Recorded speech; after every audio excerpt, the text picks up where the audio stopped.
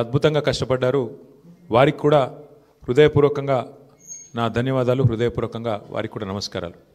శ్రీమతి మాగంటి సునీత గోపీనాథ్ గారు అభ్యర్థి కొత్తదైనప్పటికీ, వారికి ఇదివరకు రాజకీయ అనుభవం లేకపోయినప్పటికీ వారు కూడా నిజంగా చాలా కష్టపడ్డారు. చాలా పెద్ద ఎత్తున వారు కూడా మరి పోరాటం కూడా చేసినారు. చివరి రోజు మరి ఏ రకంగా వారు పోరాడినారో మీరందరూ కూడా చూశారు. వారికి కూడా నా అభినందనలు. ఎందుకంటే కొత్త అభ్యర్థి అయినప్పటికీ, ఎక్కడా కూడా ప్రత్యర్థి ముఖ్యంగా అధికార పార్టీ అయినప్పటికీ, అధికార యంత్రాంగం మొత్తం ఉన్నప్పటికీ వారు కూడా మొక్కవోని ధైర్యంతో కొట్లాడినారు. సునీత గోపీనాథ్ గారికి మనస్ఫూర్తిగా నా అభినందనలు. అట్లాగే బీఆర్ఎస్ పార్టీకి మరి ఓటేసిన జూబ్లీహిల్స్ ప్రజలకి మరి చివరి ఓటింగ్ శాతం ఇంకెంత తెలియదు, బట్ చాలా గణనీయంగా గౌరవప్రదంగా మా పార్టీకి కూడా ఓట్లు వచ్చినాయి. మరి మాకు ఓటేసిన జూబ్లీహిల్స్ ప్రజలందరికీ కూడా పేరు పేరున వారికి కూడా కృతజ్ఞతలు.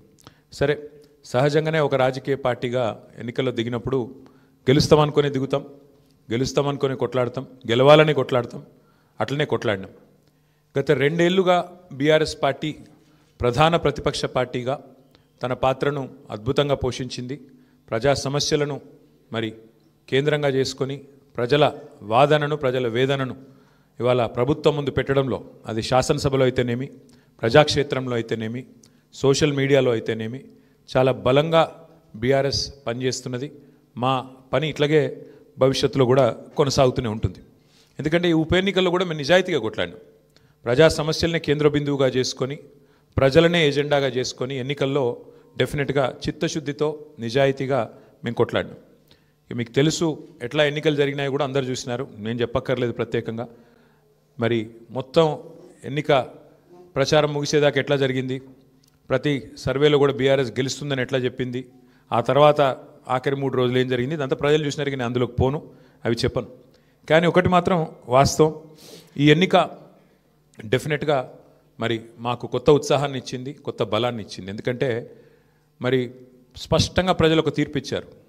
ఈ రాష్ట్రంలో ప్రత్యామ్నాయం కేవలం బీఆర్ఎస్ మాత్రమే. ఇంకా అది అందులో అనుమానమే లేకుండా ఖచ్చితంగా ఈ ప్రభుత్వం ఏదైతే పనిచేస్తుందో వారికి ప్రత్యామ్నాయంగా పోరాడుతున్న ఒకే ఒక్క పార్టీ బీఆర్ఎస్ అనే మాట స్పష్టంగా ప్రజలు చెప్పారు. డెఫినెట్గా దాన్ని కూడా మేము మాకు ఒక సానుకూల అంశంగానే తీసుకుంటా ఉన్నాం. సరే, ఇక ఈ ఎన్నికల్లో ఏ రకంగా అధికార యంత్రాంగం మోహరించింది, ఏ రకంగా వారు పనిచేశారు, ఇవన్నీ కూడా మీ కళ్ళ ముందున్నాయి. నేను వాటి విషయంలోకి ఎక్కువగా పోను. 2014 నుంచి 2023 మధ్యన కూడా చాలా ఉప ఎన్నికలు మన రాష్ట్రంలో జరిగినాయి. దాదాపు 7 ఉప ఎన్నికలు జరిగినాయి. ఈ 7 ఉప ఎన్నికలు పాలేరు కానీ, నారాయణ ఖేడ్ కానీ, హుజూర్ నగర్ కానీ, దుబ్బాక కానీ, నాగార్జున సాగర్ కానీ, హుజూరాబాద్ కానీ, మునుగోడు కానీ, ఈ అన్ని ఉప ఎన్నికల్లో మీరు ఆ రోజు కనుక గమనించినట్టయితే అప్పటి ప్రతిపక్ష పార్టీ కాంగ్రెస్ పార్టీ, ప్రధాన ప్రతిపక్ష పార్టీ, ఒక్క ఉప ఎన్నికల్లో కూడా గెలవలేదు.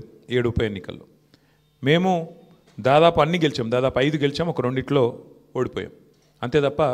మరి ప్రతిపక్షంలో ఉన్న కాంగ్రెస్ పార్టీ ఆనాడు ఒక్క ఉప ఎన్నికల్లో గెలవకపోయినా చివరికి మళ్ళీ 2023 సార్వత్రిక ఎన్నికల్లో వారు విజయం సాధించారు, గవర్నమెంట్ కూడా ఫామ్ చేశారు. అట్లాగే మధ్యలో జిహెచ్ఎంసీ ఎన్నికలు వస్తే కూడా, గ్రేటర్ హైదరాబాద్ కార్పొరేషన్ ఎన్నికల్లో కూడా మరి ప్రతిపక్షంలో ఉన్న కాంగ్రెస్ పార్టీకి ఆనాడు కేవలం 1-2 కార్పొరేటర్ సీట్లు వచ్చిన విషయం కూడా ఒక్కసారి గమనంలోకి తీసుకోవాలని చెప్పి కూడా నేను కోరుతా ఉన్నా. అట్లాగే ఈ ఎన్నికల్లో ముఖ్యంగా ప్రజల తరపున వాదన బలంగా వినిపించగలిగాం. ఎన్నికల ఎజెండాను ఖచ్చితంగా నిర్దిష్టంగా బలంగా ప్రతిపక్షంగా మేమే సెట్ చేయగలిగాం. ప్రజా సమస్యలను ప్రధానంగా 6 గ్యారంటీల అమలులో ప్రభుత్వ వైఫల్యాన్ని బలంగా ప్రజల్లోకి తీసుకొని పోయాం. 6 గ్యారంటీల విషయంలో ప్రభుత్వం చేసిన మోసాన్ని తీసుకొని పోయాం. హామీల ఎగవేతను బాకీ కార్డుల రూపంలో ప్రధాన చర్చగా చేయగలిగాము. ఇది బీఆర్ఎస్ సాధించిన విజయంగా మేము భావిస్తూ ఉన్నాం. అట్లాగే మేము అనవసరపు అంశాల జోలికి పోలేదు. కులము, మతము వీటి పేరు మీద డైవర్షన్ రాజకీయాలు చేయలేదు. బూతులు అసలు మాట్లాడలేదు. ఆఖరికి ప్రభుత్వంలో ఉన్నవాళ్ళు ఫ్రస్ట్రేట్ అయిపోయి బూతులు మాట్లాడినా మేము మాత్రం బూతులు మాట్లాడలేదు. కేవలం ప్రజా సమస్యల గురించే మాట్లాడాం. చాలా హుందాగా ఈ ఎన్నికల్లో కొట్లాడినామని చెప్పి నేను అనుకుంటా ఉన్నా. అట్లాగే జనాలకు అవసరమైన పాయింట్లు, ప్రజలకు అవసరమైన పాయింట్లను మాత్రమే చర్చకు పెట్టాం. కాంగ్రెస్, బీజేపీ ఎన్ని రకాలుగా మమ్మల్ని కవ్వించే ప్రయత్నం చేసినా సంయమనం కూడా పాటించాం. అట్లాగే మేమేం చేశాము, ఎందుకంటే ఒక 10 ఏళ్ళు ప్రభుత్వాన్ని నడిపిన ఒక